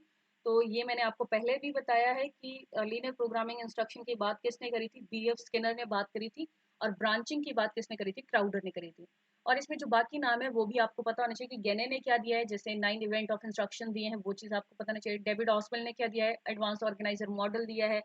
B F Skinner ने और क्या क्या चीज़ें दी हैं, जेरोम ब्रूनर ने क्या दिया है? कॉन्सेप्ट अटेनमेंट मॉडल दिया है। तो ये सारी चीज़ें आपको पता होनी चाहिए। Next question is which of the following technique is an example of cooperative learning? तो इनमें से क्या कोऑपरेटिव लर्निंग का एग्जांपल है? तो कोऑपरेटिव लर्निंग के जितने भी एग्जांपल्स है वो आपको पता होना चाहिए कि जैसे उसमें जिगसॉ मेथड होता है, नंबर हेड टुगेदर होता है, राउंड रॉबिन होता है, team pair solo, 3 step interview, circle the sage, reciprocal questioning, jigsaw, group investigation, talking chips. तो ये सारी चीज़ें जो हैं वो उसमें होती हैं। तो किस तरीके से होता है ये आपको पता होना चाहिए। तो जैसे यहाँ पे जिगसॉ मेथड एक दिया गया है, तो जिगसॉ मेथड में क्या होता है कि बच्चों को ग्रुप्स में बांट दिया जाता है। तो 2 ग्रुप होते हैं इसमें, एक होम ग्रुप, एक एक्सपर्ट ग्रुप। तो होम ग्रुप में क्या होता है कि जैसे बच्चे एक साथ बैठे हुए हैं तो ग्रुप्स बना दिए गए और हर बच्चे को एक एक टॉपिक दे दिया गया। जैसे कंट्रीज की ही हम बात करें कि कंट्रीज की फेवरेट डिशेज जो हैं वहाँ के लोगों की, वो आपको लिखनी है। तो आपको 4 कंट्रीज के नाम दे दिए गए, तो एक ग्रुप में और 4 बच्चे हैं तो उन चारों के पास अलग अलग कंट्रीज है। तो ये क्या हो गया? होम ग्रुप हो गया। वेयर एज फिर उसके बाद क्या किया जाता है? एक्सपर्ट ग्रुप क्रिएट किया जाता है, यानी कि दूसरे ग्रुप के भी जो सेम कंट्रीज वाले बच्चे हैं उनको एक साथ कर दिया जाता है। तो इस तरीके से क्या हो गया कि वो अब जो ग्रुप में बैठे हैं बच्चे, वो सारे एक ही कंट्री के बारे में लिखेंगे, तो एक साथ जब बैठेंगे तो वो फटाफट कर पाएंगे वो काम। तो वो एक्सपर्ट ग्रुप फिर जब वहां से सारी नॉलेज इकट्ठी करके वापस अपने होम ग्रुप में चला जाएगा और वो नॉलेज उन बच्चों को देगा। तो ये क्या हो गया कि कोऑपरेटिव लर्निंग होगी, कि बच्चे कोऑपरेट करके सीख रहे हैं एक दूसरे के साथ। The right answer over here is option D. Next is which activity reflects the evaluation stage in Bloom taxonomy? तो इवेल्युएशन स्टेज हाईएस्ट स्टेज है ब्लूम टेक्सोनॉमी में। कॉग्निटिव अफेक्टिव साइकोमोटर डोमेन की आपको सारी स्टेजेस पता होनी चाहिए कि knowledge, comprehension, application, analysis, synthesis, evaluate. और इफेक्टिव डोमेन में क्या क्या आता है? Receiving, responding, valuing, organisation, organising, characterisation. और साइकोमोटर में क्या आता है? आई एम पैन, जो मैंने आपको बताया था, उसे आप याद रख सकते हैं। Imitation, manipulation, precision, articulation and naturalisation. तो ये सारी ब्लूम टेक्सोनॉमी आपको टिप्स पे होनी चाहिए, क्योंकि हर एग्जाम में ये पूछी जाती है। तो इन्होंने पूछा कि इवेल्युएशन स्टेज पे क्या कर पाएंगे? इवेल्युएशन पे मतलब जब हम इवेल्युएट कर रहे हैं, तो यहाँ पे राइट ऑप्शन क्या हो जाएगा? कंपेयर, क्योंकि जब हम चीजों को कंपेयर करते हैं तो हम उसे इवेल्युएट करते हैं। तो the right answer is option B. Next is which management approach stresses that education should reduce inequalities and promote fairness in society? तो fairness की बात होगी और society में fairness की बात होगी, तो ये क्या आ गया? social justice। क्योंकि social justice approach में क्या है कि equitable resources allocation होनी चाहिए, और critical consciousness हो लोगों में, कल्चरली रेलिवेंट पेडागोजी हम यूज करें, इंक्लूसिव करिकुलम हो, बच्चे एंगेज हो सोशल चेंज और जस्टिस की एक्टिविटीज में। तो the right answer over here is option C. Next is how is education viewed in the school management cost benefit analysis approach? तो यहाँ पे कॉस्ट बेनिफिट एनालिसिस अप्रोच बोला है। 2 तरीके के अप्रोच होते हैं, एक कॉस्ट बेनिफिट और एक कॉस्ट इफेक्टिव। कॉस्ट इफेक्टिव यानी कि जब हमारा फोकस क्या है कि सोसाइटी की अपलिफ्टमेंट पे है, कि हम पैसे की तरफ नहीं भाग रहे हैं, हम क्या देख रहे हैं कि अपलिफ्टमेंट हो, लोगों का भला हो, चैरिटी हो सकती है एक तरीके से। वेयरएज़ यहाँ पे क्या पूछा? बेनिफिट। बेनिफिट यानी कि जब हम अपने फायदे के लिए कुछ काम करते हैं, कि हम उसमें अपना फाइनेंशियल और सोशल रिटर्न्स देख रहे हैं, तो ये क्या है? इन्वेस्टमेंट है। तो कॉस्ट बेनिफिट एनालिसिस में कौन सा आएगा? यहाँ पे ऑप्शन डी करेक्ट होगा, विच इज इन्वेस्टमेंट। इसमें हम फाइनेंशियल एंड सोशल रिटर्न्स दोनों देखते हैं कि हमें फाइनेंशियली कितना फायदा हो सकता है। अगर हम एडुकेशन में अगर हम 6 करोड़ लगा रहे हैं तो हमें कितना फायदा और हो सकता है, कि फीस वगैरह ये सब लगा के हमें कितना मिल जाएगा, यानी कि मॉनेटरी जो चीजें हैं उन पर फोकस होता है। और वेर कॉस्ट इफेक्टिव एनालिसिस में नॉन मॉनेटरी चीजों पर फोकस होता है, सोसाइटी के इंप्रूवमेंट पर फोकस होता है, सोसाइटी की अपलिफ्टमेंट पर फोकस होता है। Next is who is the current director of higher education Himachal Pradesh Shimla? तो इसका सीधा सा आंसर है फैक्ट बेस्ड, कि doctor Amarjeet Kumar Sharma. So the right answer is option B. Next is, which official document provide guidance to the principal head regarding their roles and responsibilities in the school management and administration in Himachal Pradesh? तो अगर आपने ये option पढ़ेंगे तो common sense से भी लगा सकते हैं, क्योंकि एक क्या है, फ्री एंड कंपल्सरी एजुकेशन की बात है, वो तो होगा ही नहीं।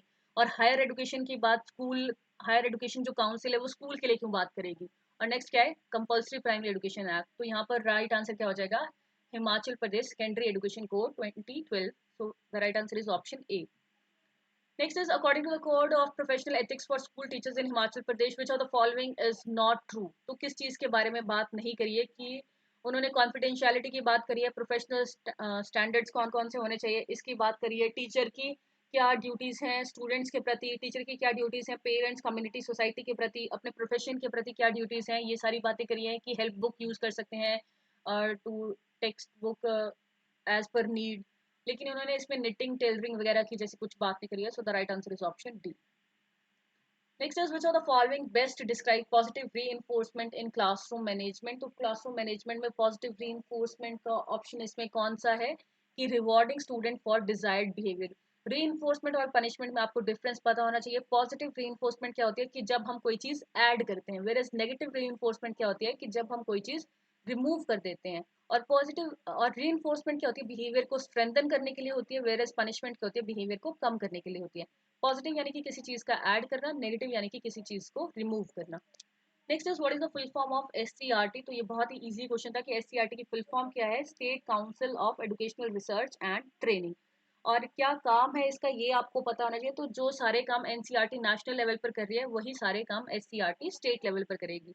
Next is, considering the role of SCERT and DIET in Himachal Pradesh, which of the following statement is correct? तो ये पूछा है आपसे कि कौन सी इसमें से स्टेटमेंट करेक्ट है। तो जो ब्रॉडर ऑप्शन होगा वो आप लगाएंगे कि एससीईआरटी और डाइट जो है एक साथ काम करते हैं ताकि टीचर ट्रेनिंग प्रोग्राम हो, करिकुलम डेवलपमेंट के लिए और एजुकेशन रिलेटेड रिसर्च के लिए। So the right answer over here is option C.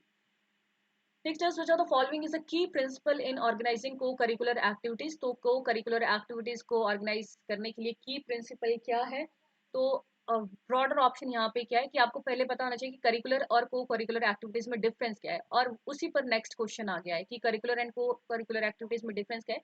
Curricular यानी कि जो एकेडमिक एक्टिविटीज हैं हमारी, तो यहाँ पे की प्रिंसिपल क्या हो जाएगा कि co curricular activity should be design to balance academic learning and personal development, which is option B. So the right answer is option B. Next is, curricular और को करिकुलर एक्टिविटीज में क्या फर्क है कि करिकुलर एक्टिविटीज क्या होती है जो हमारे सिलेबस से रिलेटेड होती हैं, जो एकेडमिक क्रेडिट के लिए बहुत ज्यादा जरूरी है। वेरएज को करिकुलर एक्टिविटीज क्या है, जो सप्लीमेंट्री एक्टिविटीज है जिससे हमारी लर्निंग भी इनहेंस हो रही है और हम मतलब लाइफ में कुछ बहुत अच्छा सीख रहे हैं, लेकिन वो फॉर्मल सिलेबस का पार्ट नहीं है। जैसे कि रोल प्ले वगैरह करवाए जाते हैं स्कूल्स में, कॉम्पिटिशन्स करवाए जाते हैं, तो वो सारे क्या है कि एक तरीके से को करिकुलर एक्टिविटीज का पार्ट है। Next is, which of the following is a key principle of constructing a school time table? तो इनमें से कौन सा की प्रिंसिपल है स्कूल टाइम टेबल कंस्ट्रक्ट करने के लिए कि बैलेंस हो सारी चीजों में, balancing subjects with varying levels of difficulty and mental effort throughout the day. ऐसा नहीं हो कि सारे डिफिकल्ट सब्जेक्ट्स हमने एक साथ रख दिए तो बच्चों के लिए वो चीजें बहुत ज्यादा बोरिंग हो जाएंगी। तो हमें इस तरीके का बैलेंस बनाना है कि डिफिकल्टी लेवल जो हो वो उतना ज्यादा भी ना हो और बच्चा थ्रू आउट द डे क्या हो कि एकदम अच्छे से वो चीजों को समझे और पढ़ाई कर सके। Next is, who is primarily responsible for maintaining the attendance register in school? तो स्कूल में अटेंडेंस रजिस्टर कौन मेंटेन करता है? ऑब्वियस सी बात है कि क्लास टीचर मेंटेन करेंगे। So the right answer is option C. Subject teacher नहीं मेंटेन करता है, जिसने ये लगाया है। तो सब्जेक्ट टीचर सिर्फ अपने सब्जेक्ट का पढ़ाते हैं, वेयर रजिस्टर जो है वो, क्योंकि एक ही बार अटेंडेंस लगती है ना स्कूल्स में, ये यूनिवर्सिटी तो है नहीं या कॉलेज तो है नहीं जो बार बार लगेगी, तो यहाँ पर क्लास टीचर राइट आंसर होना था। Next is, which one of the following is not a principle of good time table? तो एक अच्छा टाइम टेबल का प्रिंसिपल कौन सा नहीं है? तो फ्लेक्सिबिलिटी होनी चाहिए, वेराइटी होनी चाहिए, कोऑर्डिनेशन होना चाहिए, लेकिन कंट्रोल की हम बच्चों पर पूरा नियंत्रण रखने की कोशिश करें वैसा कुछ नहीं होना चाहिए। तो the right answer is option D. Next is, which of the following aspect is discussed in a teachers diary? Teacher की डायरी में कौन कौन से एस्पेक्ट का डिस्कशन होना चाहिए? तो टीचिंग कंटेंट के बारे में बात होनी चाहिए, क्लास टाइम टेबल के बारे में बात होनी चाहिए और टीचर इन्फॉर्मेशन के बारे में भी। So the right answer is option D. Next is, the level of school administration can be best जज थ्रू? तो किसी भी चीज का मतलब कितनी चीज अच्छी हुई है वो हम किससे पता करते हैं कि आउटकम्स यानी कि प्रतिफल क्या थे उसके। तो right answer is option C, which is learning outcomes. Next is, what does UNIVAC stand for? तो यूनिवैक की फुल फॉर्म क्या है? Universal automatic computer. So the right answer over here is option B. और ये कब design हुए थे, ये सारी चीज़ें भी आपको पता होनी चाहिए। Next is the chief components of first generation computer are. तो मैंने आपको बोला था कि कंप्यूटर जनरेशन से रिलेटेड क्वेश्चन आता ही है। तो फर्स्ट जनरेशन में क्या यूज होते थे, वैक्यूम ट्यूब्स यूज होते थे। तो right answer is option B. इसके अलावा आपको पता होना चाहिए कि सेकंड जनरेशन में ट्रांजिस्टर बेस्ड थे, थर्ड में इंटीग्रेटेड सर्किट बेस्ड था, फोर्थ में माइक्रो प्रोसेसर्स आ गए और फिफ्थ में आर्टिफिशियल इंटेलिजेंस आ गए। तो इन पर भी क्वेश्चन आ सकता है।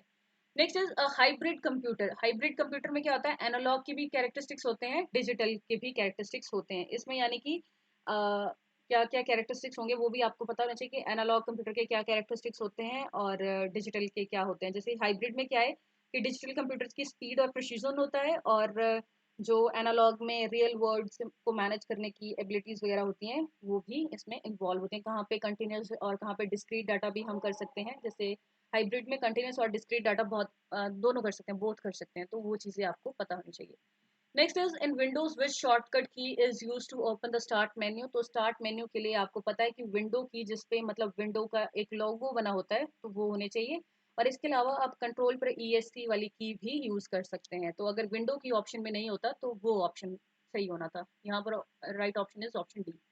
Next is which of the following is not a feature of MS word. तो MS वर्ड का फीचर इनमें से कौन सा नहीं है। तो स्पेल चेक कर सकते हैं हम उसमें। आपको पता ना चाहिए MS वर्ड, MS एक्सेल, इन सब के क्या क्या काम है, पावर पॉइंट के क्या क्या काम है। तो ये सारी चीज़ें आपको पता नहीं चाहिए। तो यहाँ पर हम स्पेल चेक कर सकते हैं, टेबल इंसर्ट कर सकते हैं, मेल मर्ज भी कर सकते हैं, यानी कि कस्टमाइज कर सकते हैं ईमेल्स को, न्यूज़ लेटर्स को, बाकी पर्सनलाइज मैसेज को। लेकिन हम वेब ब्राउजिंग नहीं कर सकते हैं MS वर्ड से। So the right answer is option D, क्योंकि उन्होंने पूछा है कौन सा फीचर नहीं है। Next is what is the default file extension for an Excel workbook. तो ये सीधा सा क्वेश्चन है, तो इसका सीधा सा ही आंसर है कि कौन सा डिफॉल्ट फाइल एक्सटेंशन के लिए यूज होता है। तो the right answer is option C. Next is how do you insert a text box in PowerPoint. तो कैसे इंसर्ट करते हैं। Right answer is option A कि सीधा क्लिक करो इंसर्ट पे और फिर टेक्स्ट बॉक्स पे। Next is which of the following tools can help in creation of professional documents such as syllabus and reports in educational administration। तो Microsoft Excel भी हम यूज़ करते हैं एजुकेशनल फील्ड में, और माइक्रोसॉफ्ट वर्ड भी use करते हैं। गूगल क्लासरूम में हम क्लासेस लेते हैं, उसमें हम सिलेबस डिज़ाइन नहीं करते हैं। और गूगल शीट्स पे भी हम डेटा कलेक्ट कर सकते हैं लेकिन सिलेबस डिज़ाइन नहीं कर सकते हैं। तो हमें पता होना चाहिए कि माइक्रोसॉफ्ट वर्ड जो है वो यूज़ होगा या माइक्रोसॉफ्ट एक्सेल। तो माइक्रोसॉफ्ट वर्ड से क्या है, हम फॉर्मेटेड टेक्स्ट, सिलेबाई, रिपोर्ट्स वगैरह बना सकते हैं। वेरेस माइक्रोसॉफ्ट एक्सेल से हम स्प्रेडशीट बना सकते हैं जिसमें हम डाटा को एनालाइज कर सकते हैं, टेबल्स क्रिएट कर सकते हैं, चार्ट्स क्रिएट कर सकते हैं। तो यहाँ पर क्या पूछा है, सिलेबस से रिलेटेड पूछा है और रिपोर्ट से रिलेटेड पूछा है। तो right answer would be option B.